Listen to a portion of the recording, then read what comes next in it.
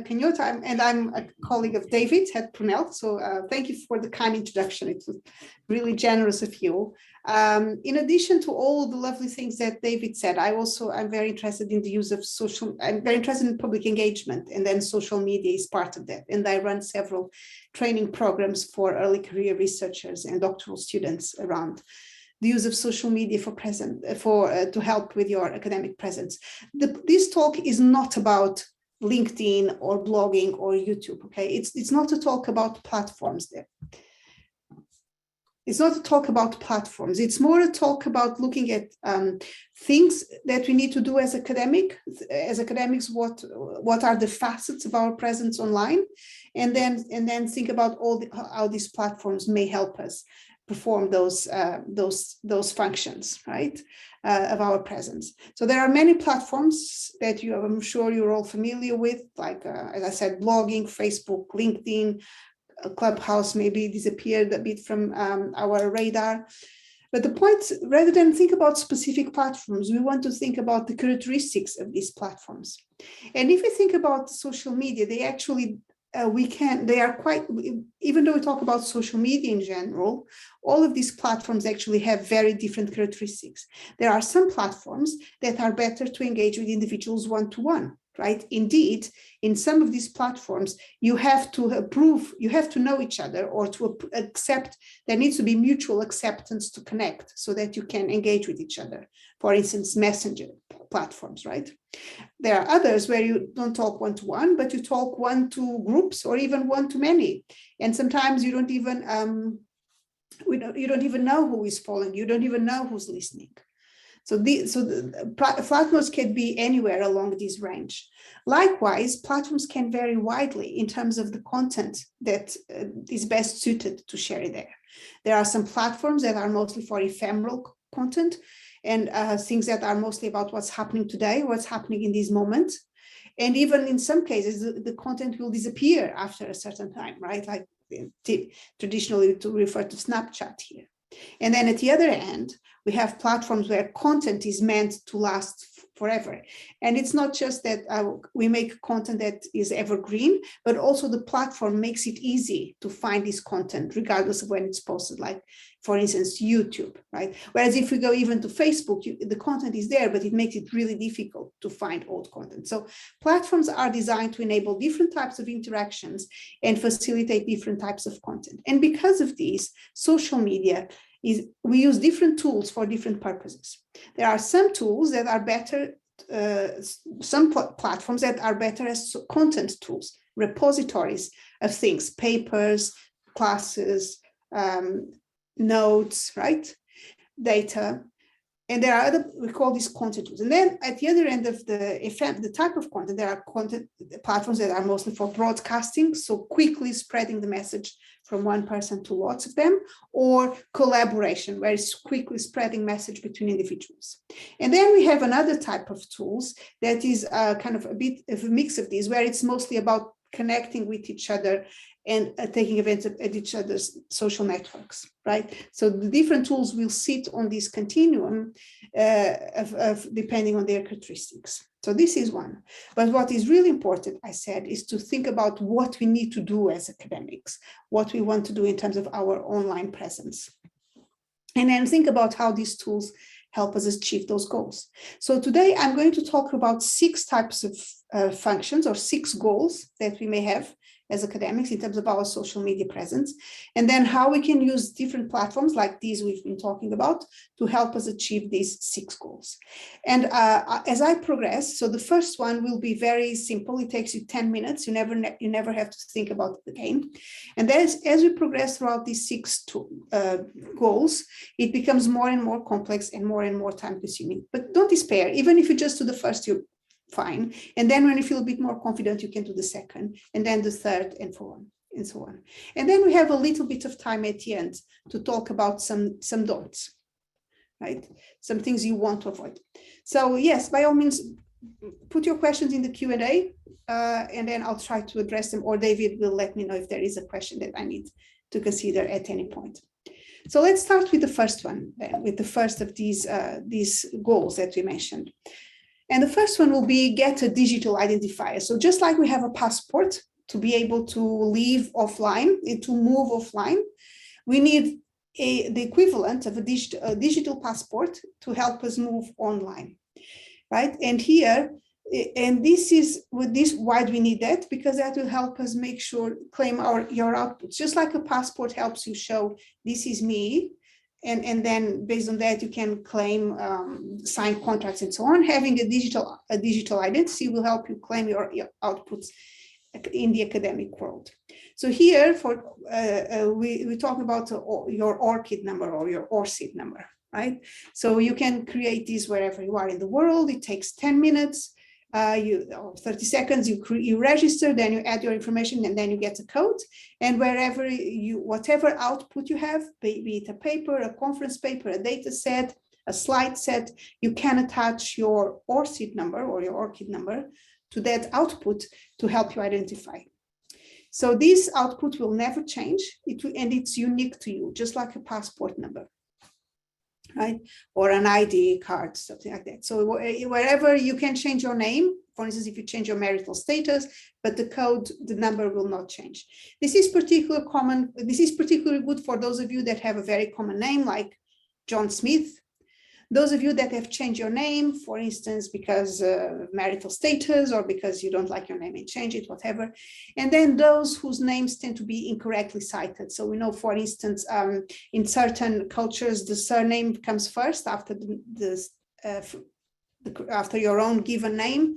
But if we cite, usually we pick up the second instead of the first one, or things that are correctly misspelled, like Isobel versus Isabel, this kind of thing. So this way you make sure that even if it's misspelled, if you have the number, people can always find it. So that would be the first one. That's easy, right? It would be the first thing we could use social media to help us. Then the second one will be, once that is done, I would encourage you to set up an online platform, an online profile on key platforms. And why? Why do we want to do this? Some people say, well, I have my page on my institution. Isn't that enough? And I would say, no, you want to create your own profile because you want to control your digital footprint. If you have your own presence, you can control, for instance, which image goes there, you can control the title, and you can control what information is emphasized. And also, if you move institution, the profile is still there, whereas the web page will need to change with a different institution. So you spend a bit of time here, but you can control your footprint and you can take with it you. And the other reason is that even if the thing is that people will find information about you, even if you don't post it. So if you create your own profile, you can control the information that is out there about you. So this is an example, it's quite an outdated example now, but by 2005, the kind of information people could find about you, that Facebook would collect about you, for instance, and make available. And then in 2010, you see it's a lot more information. So all of this information is there, is being collected. And if you don't control your own presence, people can find information about you regardless, and then it may not be what you want to emphasize. So what are some of the platforms I would encourage you to consider? Well, the first one obviously is Google Scholar. Why? This is a directory of academics. And so here people will find you, they will know where you are, what are your interests, they will see your publications. And so this will be a helpful way to help people find you and control all your papers, right? All your publications. Of course, the audience here will be those that are already searching for academic work or academic authors. This is the main audience of this particular platform, and ensures that your work is credited to you. For instance, there is a Portuguese academic that has the same name I do. She works in Portugal, I work in England, but we have the same, 3 out of 4 names are the same. And often I get my work attributed to her or her work attributed to me. Well, now doesn't happen so much because of the ORCID, but even when it used to happen, then if you attach it to your Google Scholar, it's easier to make sure that your work is credited to you and not to somebody else. It also helps others see the kind of work you've done, in the past, and gets your popularity. And then the other thing that is very helpful is that if you choose on Google Scholar, if you choose the option of alert, every time someone cites your work, one of these papers that has been linked to your profile, you get an alert. So you get a sense of how your work is resonating with the community, which papers people are picking on, which and how, and what sorts of life your work is getting. I find this extremely interesting. And sometimes I end up citing papers that cited me because, of course, they're building on my work. So therefore, it's relevant for what I do. Another platform you may want to consider are academic social networks. So things like ResearchGate, academia.edu, and things like that. So these are social networks that are focused on for research professionals. You will be connecting with other researchers like you. Here, on these platforms, you can not only create your profile, but you can share open source preprint copies of your work, right? So it helps you disseminate that way. These platforms are increasingly used by master's students and PhD students.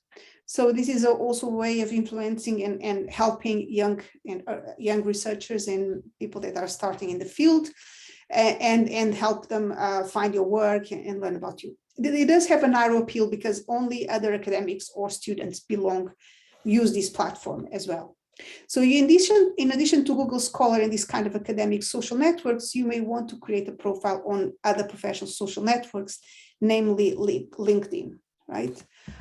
So LinkedIn connects professionals regardless of professional background. And this in particular is a really great way to stay in contact with people you've met. For instance, alumni, industry speakers, people that present industry speakers that you meet at conferences or that come to guest talks. So this is a way of, but also, of course, the academics. And then, it's a way of having a broader appeal than just academics. In addition to these, you may want to create a personal website, even if it's just to have a profile. So you have an example here from a digital and cultural heritage academic. She has this profile, and then you have a bio. So why do you want it to have these? Why not just your personal website? Because you can control what to share. You can usually the university will have a photo and never change it. And the fields are very strict. You can change the photo if you want. You can highlight some fields versus others. You can experiment with different styles or templates that better fit your personality and the image you want to convey. And then from here, you can also link to your other profiles. You can link from here to LinkedIn, to Google Scholar, social media, and so on. And more, of course, even if you change institutions, it's still there. The information is still updated. Some examples could be WordPress, Weebly. I personally use WordPress, but there are many free platforms where you can try to create your own profile. I also encourage you to join, after this, you may want to join experts databases. So for instance, funders are often looking for people to review proposals, for instance, EU funding. I encourage the female academics or I think they also take non-binary, but anyway, it's called the Women's Room. This is to help because journalists, they keep saying that they can't find women experts to comment on something. So this is a database that you can join with your expertise, create a profile to help journalists and events organizers to find you based on your expertise. And then, of course, you may want to create on other platforms like Twitter and things like that. So some tips about managing your own profile, creating profiles. One is to choose your name or username carefully. So think long-term, right? So you may be creating this profile as you're starting your PhD, but you want to think about maybe don't call yourself the PhD student or grad or what, or don't link your institution's name to your profile name, for instance, because you may move institutions, you may graduate. So think about a name that will stand the test of time, and don't link your username too closely to your field of work, because it may evolve. Right now, it may be structuration theory, but then in a couple of years, you may move on a little bit. So think about a name that will stand the test of time. Some people put their institutional affiliation in their profiles. So they might say, in their Twitter account, that they are a student at so-and-so institution, or that they are an academic or so-and-so institution. So that has some advantages. For instance, if someone is looking for you, this is a way of being sure who you are. Personally, I don't put a name there because I think people will find me because of who I am and not because I belong to a particular institution, but it's fine. I understand why people do that and it's not a problem. I think it's, I prefer to be present as an individual rather than an extension of an institution. Sometimes people in their profile put things like, these are my opinions, not that of my institution. And these disclaimers are, and they hope to be protecting themselves again, for instance, at the university being sued or something, but these disclaimers are worthless. Even if you say something, even if you don't have the institution and if you say something and then your institutions think it's offensive, they can still go after you, even if you say, this is my opinion, not of the institution. So be careful about what you say, be careful about the photos. Putting a disclaimer doesn't really protect you about anything. I usually share my research interests in these platforms, what things I'm interested in. I link to other platforms as relevant, so you may have a link to your LinkedIn profile or your blog or things like that. And something that I suggest is to use the same photo across all professional platforms, because this helps people know that it's you across all of these platforms. Okay, let me see, before I move on, are there any questions? Let's see. So Sandra, lots of other people with my name. Yes, Sandra, exactly, which is why it's so important to create your seed and claim your profiles and put your photo where people can see you. So in your case, if you find lots of people, your name, then it's even more important maybe to put a description in the profile, take advantage of those characters to put some sort of description of who you are. And then Sarah, hello, Sarah, lovely to see you here. Papers were accredited to someone with the same, yes, exactly. Yeah, usually you can claim the work usually on Google Scholar, you can claim your work. You can, you can search a paper and click. At least I've been able to do that in the past, both reject and claim my work on Google Scholar. So Sarah, this is about what you work. The question is, I've been told not to share what you're working on before it's published. So I do have some don'ts later on, but there is a difference between sharing what you're doing and sharing about the area that interests you, right? So I may say something like, for instance, I will say, I did recently, I'm doing a project about the use of NFTs by visual artists. Here is the invitation. I shared the invitation. I asked people to contact me, but I'm not sharing the findings, right, until it's finished. But it's important that you talk about your field, that you talk, maybe you read an interesting paper and that you talk, or maybe you have a question about the methodology. So it's important that you talk about, it's just like you go to a conference. If you go to a conference, you talk about things that interest you.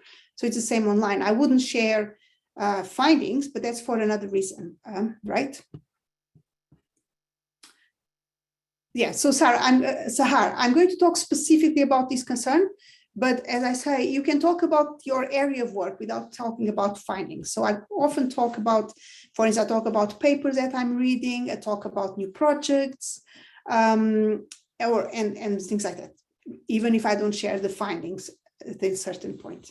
But I'm going to talk specifically because I know it's a very common concern, Sahar. So thank you for that question.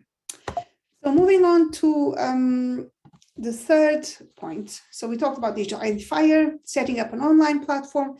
Then the next thing I would encourage you to do is to make your outputs available online. And why is that? It is because we want to read more and more. We are being judged on the impact of our work over and above the quality of the work we do. So yes, you may have excellent work, but if it's not making an impact in the world, then you are penalized, right? So a way of then making sure that people know about your work is to share it online under certain circumstances that I'm going to talk about, right? So not many people, some people will search and find your paper. Then most people will not attend our conferences, right? Some of our proceedings usually are not all available online or just the abstract. The papers are usually paid access, right? And really expensive as well. So most managers or charities, whatever we want to, whoever we want to influence, they don't have access to our work. So that's why we want to use social media to present your work and make sure it reaches beyond higher education institutions. So how can we do that? Well, we can share it on social network sites, for instance. On ResearchGate, you can put some versions of your paper. So be careful. You can only put either open source version. So if your institution has paid for the open source version of your paper, you can share it on social networks like ResearchGate. Or if you don't, then you need to share the preprint version of your paper. So the very last version of your paper before it was confirmed, before it was all the copyrights and all the editing. You can share it on these platforms. You can also share it on LinkedIn. I often share some presentations or papers or short videos on my LinkedIn profile. This not only makes sure that my work is available to professionals, but also it keeps refreshing. Right? So if I share something new, my profile pops up among my networks, so they are reminded of me and the work I'm doing. Right? So it's a way of getting them to pay attention about my work. In addition to social network sites, you can also post your presentations and even your papers, PDF versions of your, again, open access preprint versions of your papers on SlideShare. So SlideShare, as the name suggests, is a place where we can share, that was made to share PowerPoint presentations, right? So whenever I do a presentation, I'm not always, but usually I put the slides there again. And this goes to what Sahar was saying. So if you are presenting, you are often presenting something on a conference, right? So people could steal it from you as well, right?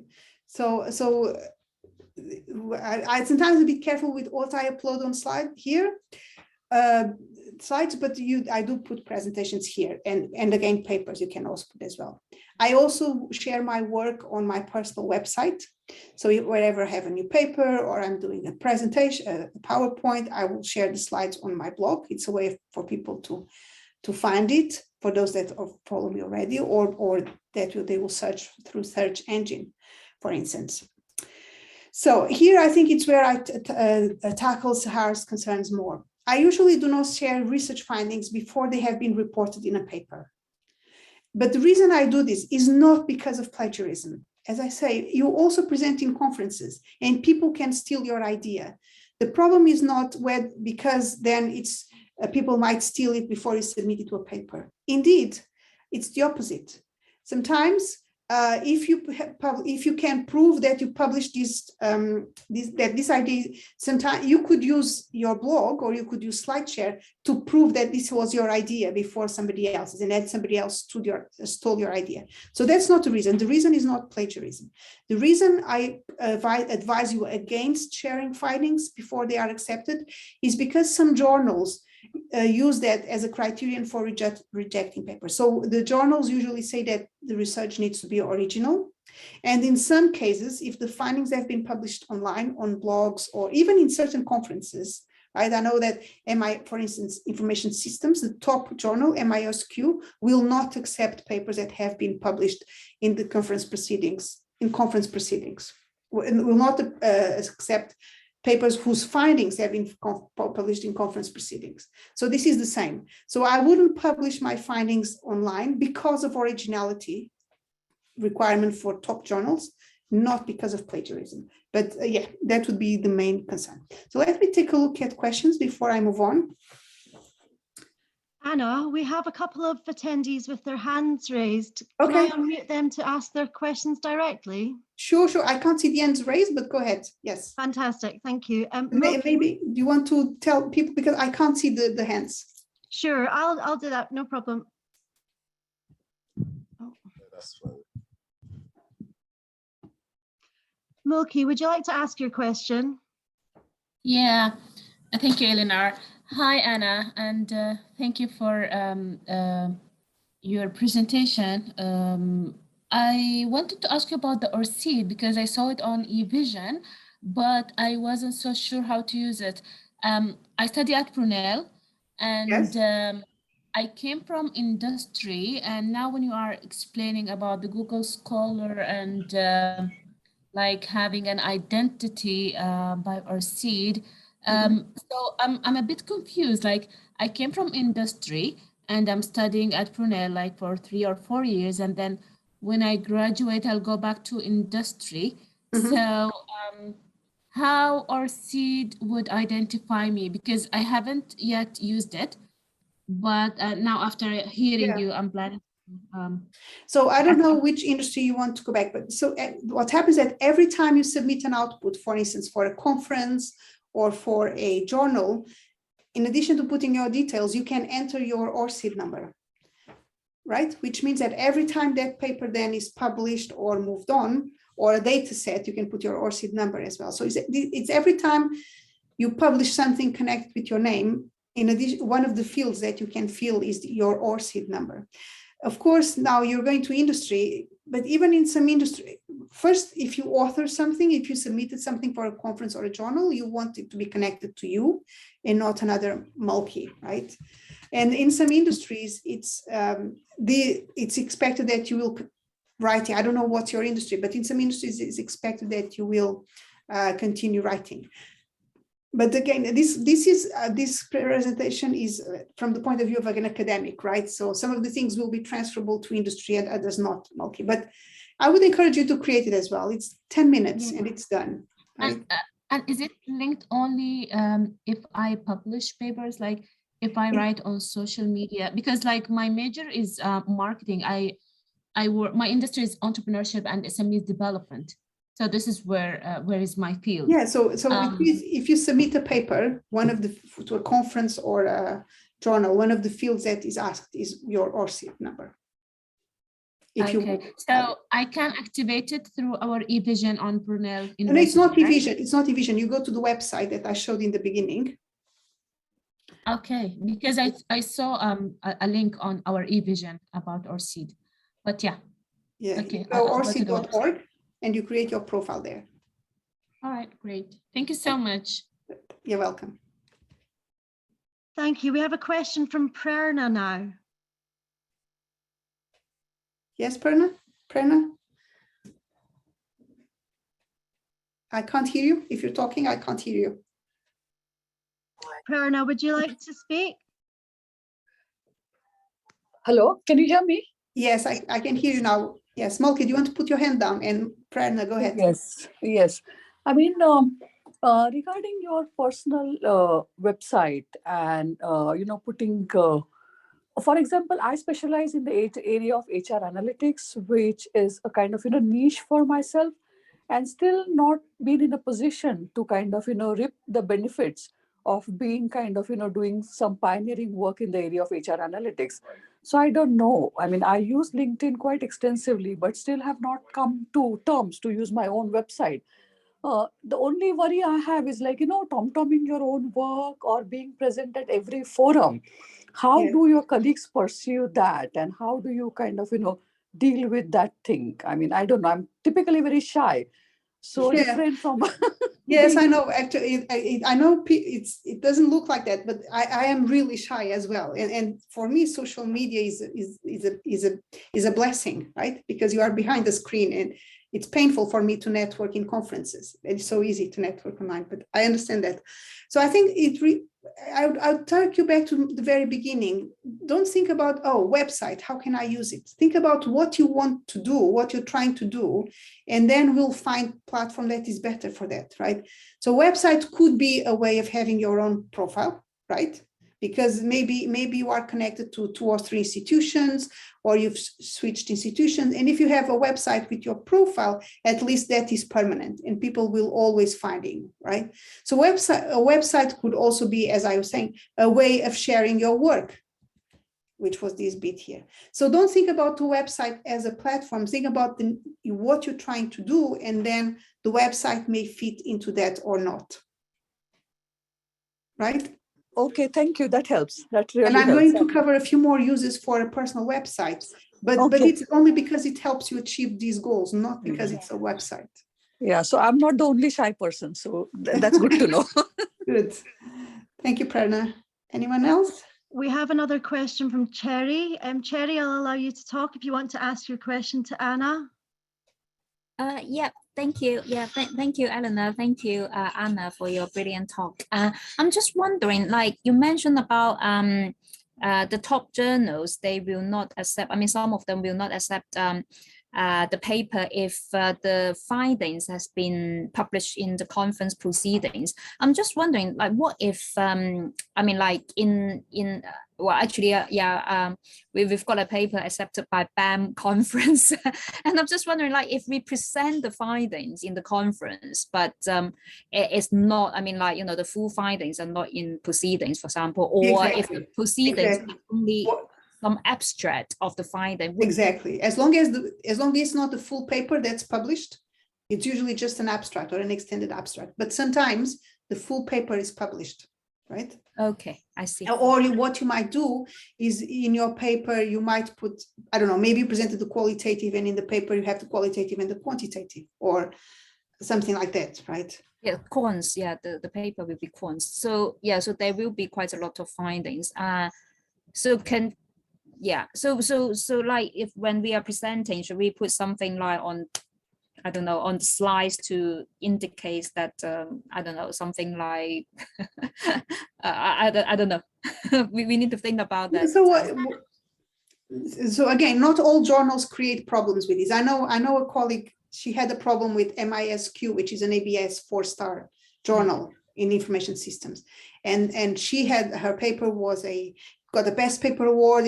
Then she couldn't submit it to MISQ because it was no longer considered original research. So it's not all journals that create problems. So, and of course you can't present at conference. That's the whole point of going to conference, get feedback, early feedback in your ideas. Yeah, that's fine. But what I'm trying to say is that the reason not to publish your research online is because of originality, not because of plagiarism. Don't worry, it's actually the opposite. If you put a stake in the field, like I'm doing work, I talked about that, and I have this project about NFTs and visual artists, and because of that, I already had 2 people contact me, right? To contact to help me find people, contact about another idea for another project. Now imagine that I had waited until the end of the findings, a year later, I would have missed lots of opportunities. Yeah, I would encourage you to talk about your research area and your projects, but not the findings. Yeah, sure. Okay, thank you, Anna. Thank you.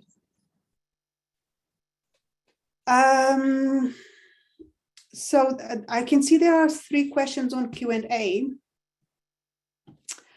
Sandra is asking, what are your thoughts on dividing personal and professional social networking accounts? So if you mean, for instance, having a Twitter account for you personally and a Twitter account for your professional, I know that in the beginning, people encourage you to split. I personally, they are not separate. For me, it's the same. I only have one Twitter account, right? Personally. Of course, I may have Twitter accounts for specific projects. I know that sometimes projects will have Twitter accounts and then several people are posting on that project account. But I personally, I only have one. And there is a reason for that. I think people, but then I manage it as a professional presence. I don't manage, my Twitter account is a professional presence, not a personal presence. But then again, in my Facebook account, I don't reveal things about my children, right? I don't put photos of myself in bikini on the private, because I know nowadays I don't know about you, but I have several colleagues that I'm connected to them on Facebook, or I know some students may find me on Instagram. So I always think that I always present something that I would be happy if that image was thought in a conference, I wouldn't be embarrassed. So that's my take. And I do share personal things on Twitter accounts. So for instance, I'll tell that my daughter just finished her finals in exams, or I'll say that my son, it was my son's birthday. I'll mention that because I think that these personal things are the cement that keep the professional bricks together, right? Just like in a conference, you don't just talk about work. You talk about weather, you go for a run with someone. Actually, this is an example. I like running. I post photos of my running, and because of this, somebody connected with me, and we went for a run in a conference, and now we have a professional relationship, right? So I think that sharing a little bit of your personal side in professional context is good and helps to develop a connection. But likewise, I wouldn't share anything that is too personal. that wouldn't be seen as unprofessional on social media, just because everything can be made public now. Sandra, I hope I answered. Let me know if it's clear or if you need something else. Sylvia, what is the bare minimum involvement in social media we need to get in order to have an average social media presence? So I think that here you're talking about, I'm going to hold on to this question, Sylvia, because I think I want to come back once I've talked about something else, if that's okay with you. And then somebody's asking, what email should we use for Google Scholar, personal or university? On Google Scholar, I have my Gmail account. But what happened for the profile, for me to manage the profile and to get the alerts, right? So I get alerts every time someone cites my work, it goes to my Gmail account. But what happens is that in your profile, where you put you need to put institution. So I will put Brunel University, and then Google will verify that there is a connection there. But in terms of receiving information, I have my personal account there. So any more questions? Any more hands up?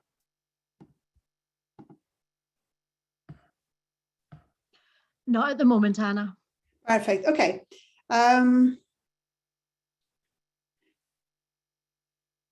So ask most corporate ask if you wish to include the abstract or the full paper. So yes, select abstract, not the full paper. Absolutely. Ask, I agree with you.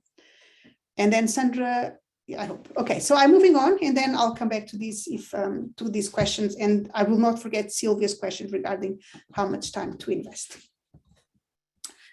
Okay, so we've talked about the first three. So actually, Sylvia, you had the question about time. The time increases. So digital identifier is one-off. Setting up a profile is a one-off. You just need to change your profile if something significant changes, like if you change institution or if you are promoted. You wouldn't normally, or maybe you can update your photography now and then, but maybe you just do it once a year. I really don't touch my profiles more than once a year, or even 2 or 3 years. I don't touch my profiles, right?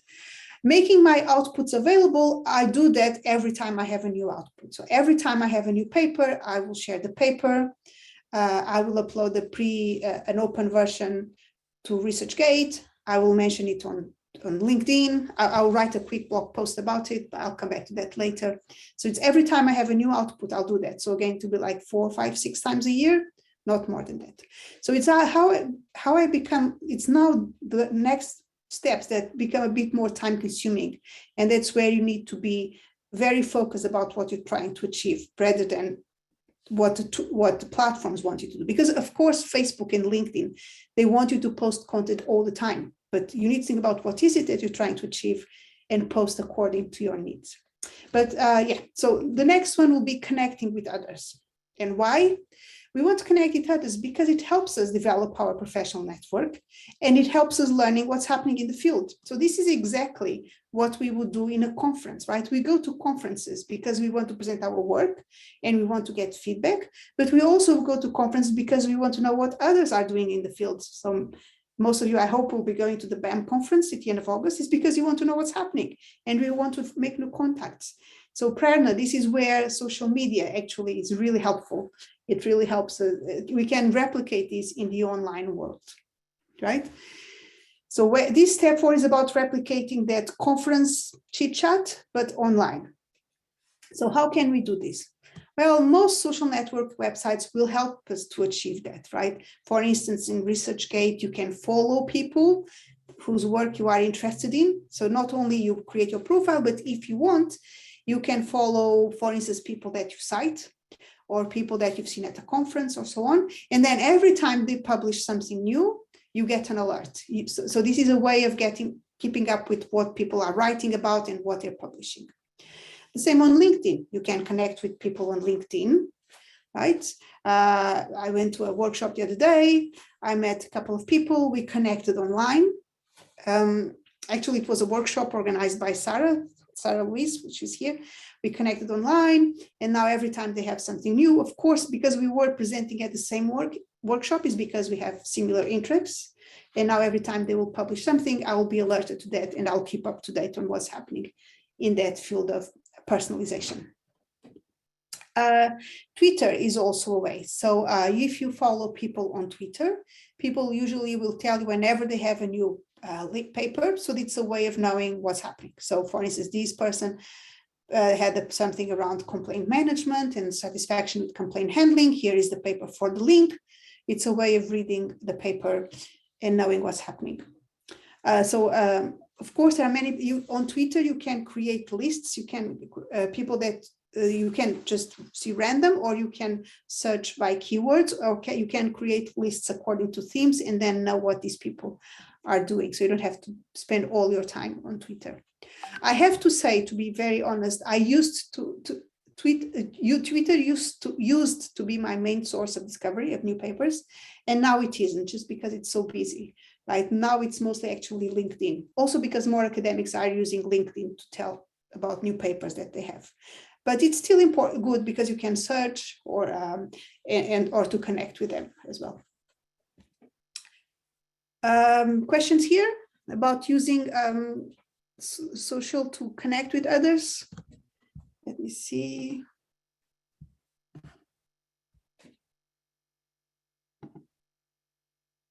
Okay, so no more questions. So I'll move on then to the next topic. So the next one, so in terms of the time, so mostly, how do I use this? I use this, for instance, after I go to an event, I will connect with people on LinkedIn. If I cite a paper, if I find a source that someone whose work I'm really interested, I follow them on ResearchGate. I also follow them on Twitter, right? So yeah, usually, so how much time, going back to Sylvia's question about how much time you spend, I do this a few times a year. Every time I go to a meeting or a conference or something where I find people whose work I'm interested and I want to follow. I don't know, maybe half an hour per month, something like that. Depends on how many events you attend. So if there is an interesting speaker, if I go to a webinar, I find an interesting speaker, I might follow them on Twitter, try to connect them on LinkedIn, check their work on ResearchGate. That would be what I would do. So again, half an hour per month. I don't think I spend more than that, to be honest. But after that, what we can do then, and again, this is becoming more and more involved and more time consuming. So what I will do is then I can use social media to join the conversation. So I found people online by connecting with others. I created a presence online by creating my profiles. I found them, and now I can join the conversation.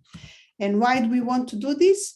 We can ask questions, we can answer questions, we can offer support. So sometimes it's not about asking questions, but like, I'm so sorry to hear that, or I just learned that a friend of mine had got a promotion. I congratulated them online. So this is about, again, maintaining that contact.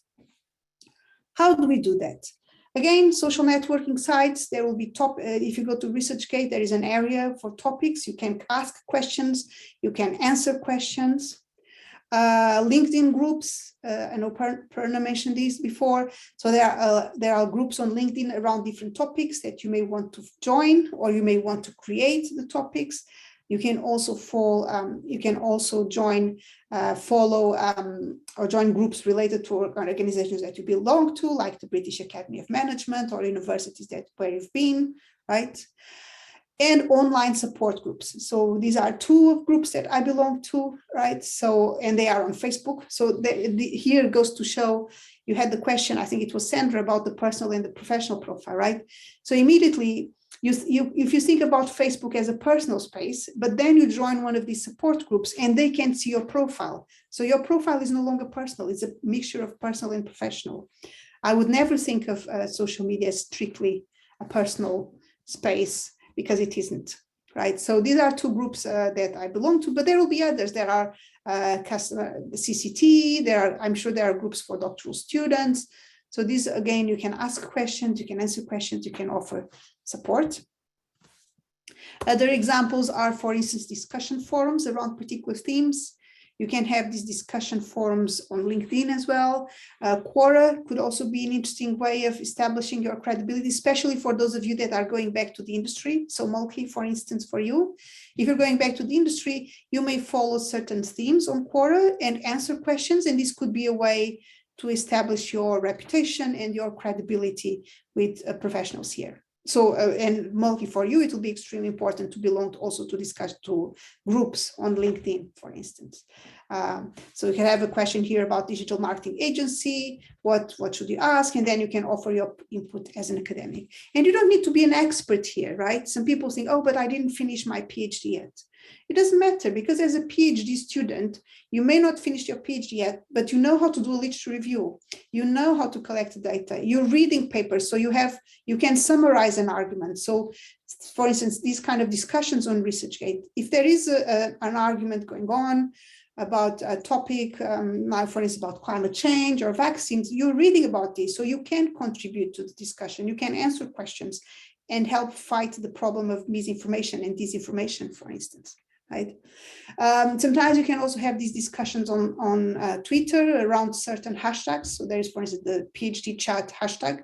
If you ask a question on Twitter and use this hashtag PhD chat, people are checking it and answering your question regularly. There. And this is where actually websites again come into play. So when you talk about having a website, depends what you want to do with the website. Personally, I use website, as I said, for profile and sharing outputs, but also to join the conversation. So for instance, around COVID, I read this paper and then I thought about it. For me, the blog posts are really about processing something. Most of my blog posts are about things that I read, and then I'm processing what I read. I put a few thoughts. I think about this contradicts that, this is interesting, this makes me think about that question.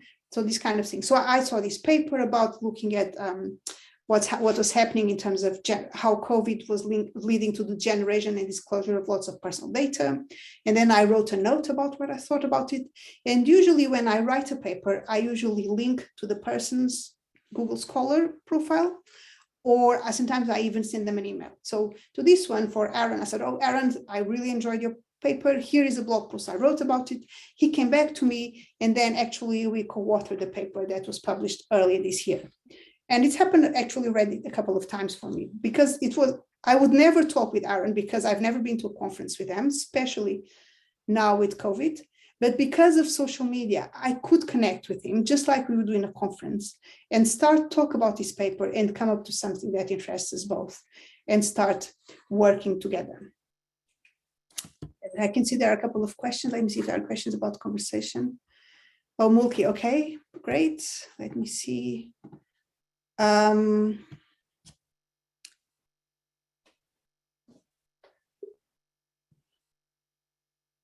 Okay, so these are, let me see, there are a few questions. Let me just, before I do this, let me just say, so in terms of the time that, who was asking me, Sylvia, you were asking me this question, right, about the time.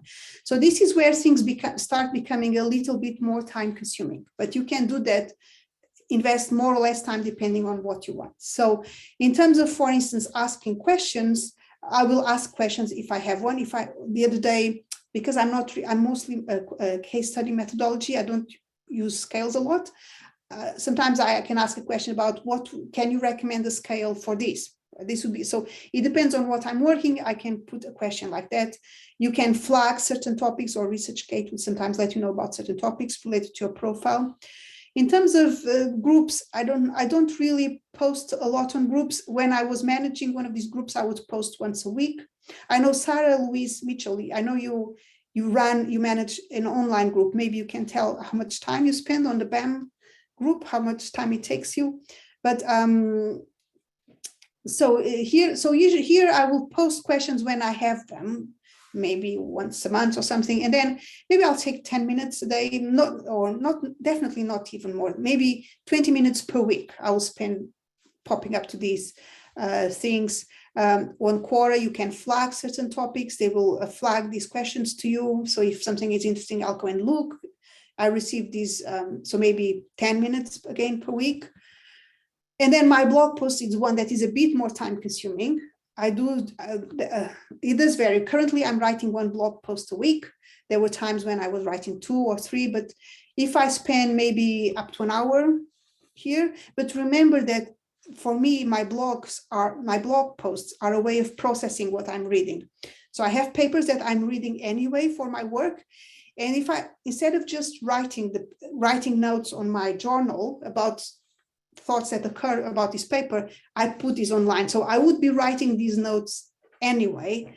It's just that I'm also on top of writing about what I'm reading, perhaps in a Word document, I post this online. So I spend a bit more time editing them. But I'll spend about maybe an hour per week on my blog in terms of writing posts total, but this includes time that I would be spending anyway, making notes about what I was reading, if that makes sense. So Sarah is saying that for BAM site, most days, yeah, so make sure just a few minutes every day. So sometimes it's more frequency than rather time. Sarah wrote on the chat. Okay, before I move on to the next topic, let me tackle some of these questions. So Anna is asking, I was wondering if you could elaborate a bit on some specific benefits that occur to you due to your social media presence. Okay, so I had someone contact me as a PhD student because they found me on social media. Maybe they would have gone to the Brunel page, but they became aware of my work and my interests because of my activity online, and they contacted me for a PhD later on. So that was one. I had a couple of papers. I had at least 2 papers at the top of my mind that came because of my social media activity that would not have occurred without it. And this is one of them, right? If I hadn't written that blog post, okay, maybe I could have sent in my notes from my journal, but I doubt, right? So I write my journals, blog posts, I always link to them. Sometimes people notice the link and they send email. Sometimes they just say thank you. Sometimes this paper occurred. Sometimes there is a conversation about, oh, could you do an external exam for my PhD student? So definitely, I had a PhD student. I had a couple of papers. I had invitations to talk to industry based on my activity. And for me, it's important because, as I say, I'm passionate about public engagement. So for me, it's important to talk at industry events over and above academic conferences. So I had a few talks. Most recently, I had one for about chatbots, right, for professionals. I also been invited for a couple of doctoral training sessions because of my social media activity. And there was something, I had one consulting assignment based on my blog, specific on my blog, a consulting piece. Yeah, and there are, and of course, the other advantage is that, as I mentioned, this for me is a journal. I kept like a research diary, so it helps me that way. That were some of the examples that I have. Oh yes, I was approached by a journalist. Exactly, I wrote a paper. I wrote a blog post about mobile technology, blah blah blah, and then somebody saw it. Somebody saw it, invited me for a talk, and then somebody was at the talk and wrote a piece for BBC, for instance. So that's sometimes it's difficult to keep track of these, but things that come from my blogging or my social media activity. Sandra, most of these social platforms are free, but I often see features that are interesting. Do you think it's necessary to pay for some of the platform service at home? So Sandra, my blog, I pay for my blog. It could be free, and many people, and I encourage you, if you want to try it for free for a couple of years until you're sure that you like it. But personally, I pay, and I pay for 2 big reasons.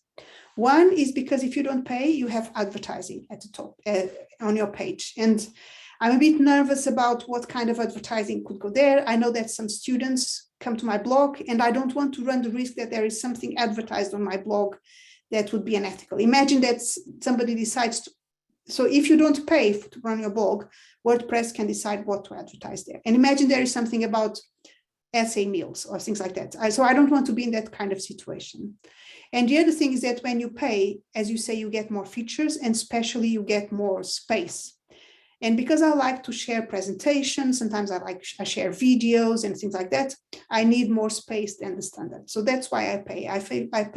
I created my own URL, I pay for it, and I pay for my blog in WordPress because of those 2 reasons. But please have a go for free before you spend any money on that. And then the other things I don't pay. I don't pay any other things that I can think of No, I have a YouTube thing, but I don't pay. I think that's all. So another question, how do we get alert of new papers published on LinkedIn? So you don't get alert of papers, to get alert of papers published on LinkedIn, you need to follow people, and then it will be on notifications. So if people are following you, so if I'm following people and then they put something new, it's usually in my notifications, so I will see it. That's how, so it's not that I receive an email about what's happening, it's more that I will see there, right?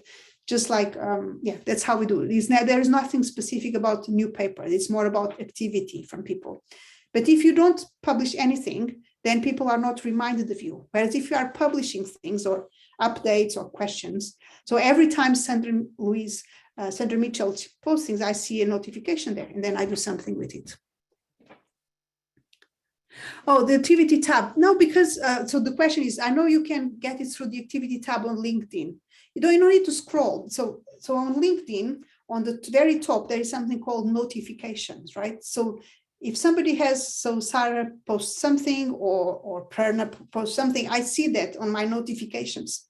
That's the only thing I do. I don't do anything else than that, right? So of course, it's not, the best way would be if people are really interested and they have a blog, I follow their blog. I subscribe to updates from their blog. So that's the best way to know what they're doing. Of course, sometimes people may post news about their blogs, and then I don't know. About on LinkedIn about their papers, and I don't know. But then if people comment, if a post is getting lots of comments, I will get notifications on LinkedIn. That's how I know. Okay, any more questions? I think it's done, right? I don't think there is any more questions. Okay, I think I've answered the question, so I'll move on to the next topic, if that's okay, also because it's 3 o'clock. So we're coming now to the 6th one, which is the final step, but also important, about using social media to manage your online presence. So you've shared your papers, you made your outputs available in 3, you're interacting, you're sharing your thoughts, but there is something else which you can do, which is to make your research accessible, right? This is the difference between having access or something being accessible. Yes, I can put my papers online, but papers are typically written in a very formal language, isn't it? And even you have all these, you have the introduction, you have all these treatment of the literature, and then methodology, and you have these references, the referencing, which professionals tend to find really annoying to read those brackets, right? So there is a difference between making your work accessible and your work being and the accessibility of your work. So this is the final step in terms of your online presence, and this is the most time consuming, but it's, for me, it's the one that I personally prefer. So this is the most time consuming piece. Going back to the person who asked me about time, so Sylvia, this is where you can get really, really lost in terms of the time that you spend, and that's where you need to be careful. Right? So what can you do in terms of improving this accessibility of your work? So this is not about publishing your papers, but making sure that the message reaches the destination and resonates with them. So you could try long form writing, right? So whenever I have a paper, I write, I don't just say I have a paper, I write a short summary in plain language about what the paper is about. Or so this was a paper, or for instance, if there is something in the media that resonates with my work, so this was some sort of talk about that whether we should give, whether insurance should give discounts for people to wear wearables or things like that. Well, I have a paper about it, so I write a short piece about what is my answer based on my paper, and I put it there, right? So it's making one could be translating your paper, simplifying your paper and translating it to everyday language.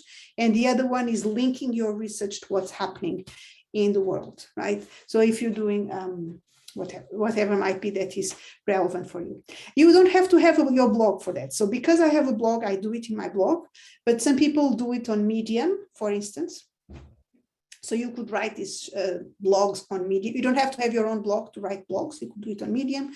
You could do it on LinkedIn. So my posts are automatically shared to LinkedIn. But if you don't want to have a website, you can all write the long posts on LinkedIn directly. It would be a way of making your research available to your network.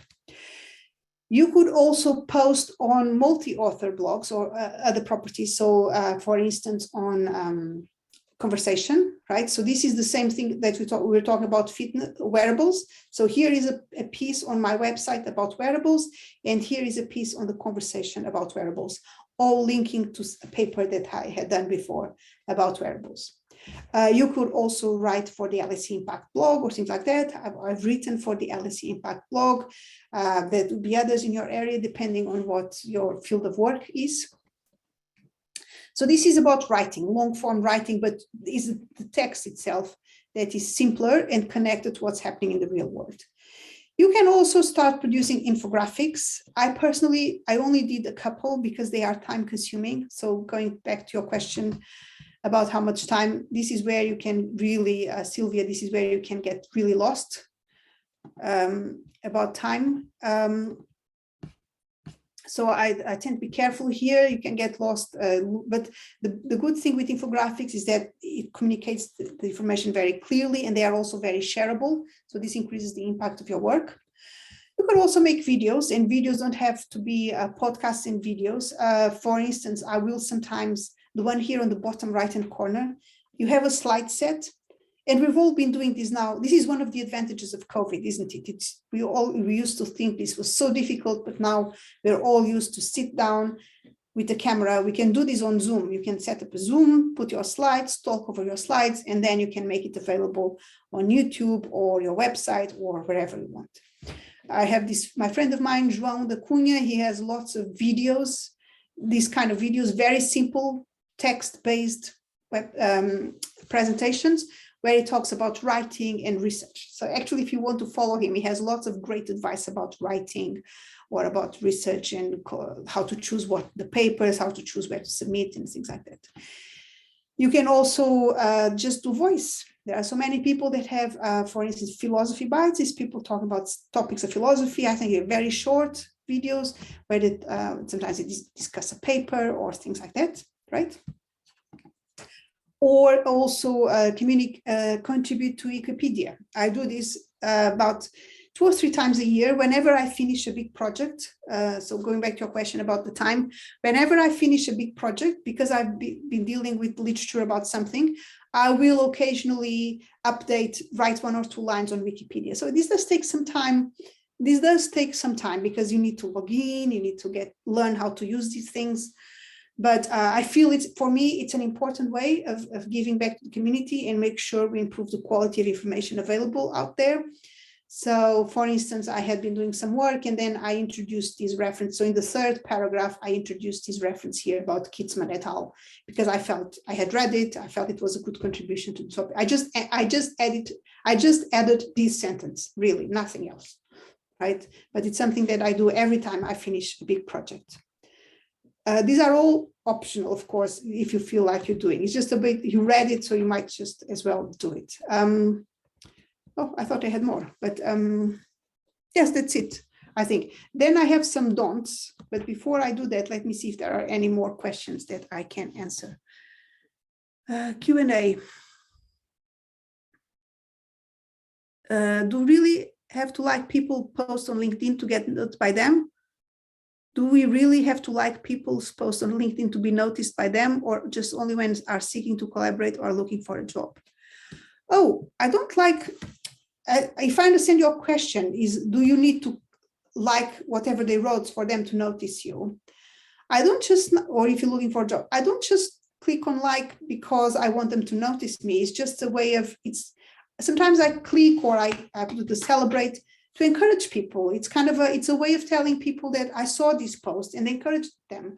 Because if people are, for instance, when Sarah posts something, I always click, because if she's giving back to the community, she's sharing job opportunities, she's sharing new papers, she's giving to the community. So this is a very gentle way of acknowledging it and say, I see you. So I click on links more as a way of acknowledging the effort of the person rather than to be noticed, to be honest. If you want to be noticed, I would leave a comment. I don't think people will pay attention to the likes. If you want them to realize it was you, you will have to leave a comment, ask a question or say, well done, or I thought about this, or things like that. I don't think that just liking will be enough for someone to notice you. So I think, yes, Mulki. Yeah, Anna. I can't hear you. I Mulki? seem to be muted. I can hear you now. I can hear you. Yes. Can you hear me? Yes. Yeah. So I like the idea that you were talking about giving back to the community on Wikipedia. Two questions here. So do we have to be members on Wikipedia, or is it like for everyone who want to share knowledge on Wikipedia? You need to create an account. It takes a few minutes to create an account. It does, because I don't do this very often. I just do this like 3 or 4 times a year when I finish a big project. I confess that I forget how to do it. And I do spend some time, oh, how do I do this? Yeah. But yeah, so I'll spend about maybe 20 minutes, half an hour every time I finish a big project doing that. So you need to create an account. My second question, we were always told like Wikipedia is not a place that we can trust, or at least in the academic writing, not to cite any information from Wikipedia. So now that you are telling your input about Wikipedia and how you contribute to it, so does it make, or do you feel Wikipedia is a trustworthy reference?